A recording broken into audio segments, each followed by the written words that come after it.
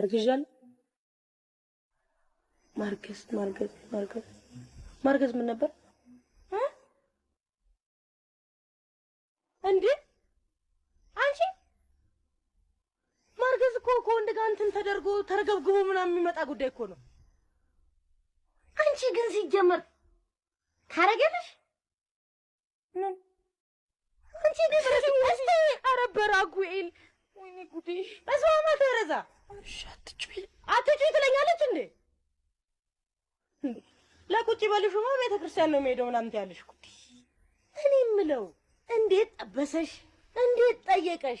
እንዴት ሰርጉ ነው እንደዚህ ያረገሽ? እሺ በየትኛው ገዙ ነው ወተቱ ቢልሽ የሰጠሽው? ለማንኛውም አመነ ወይ አላመነም? አስረግዞ መክዳት እንዴት እንደሆነ እኔ ራሱ ሂጅ አስረግዤ አሳየዋለሁ። እናቱም ስትወልደው አላመነም ማለት ነው። ወይ አያቀኝ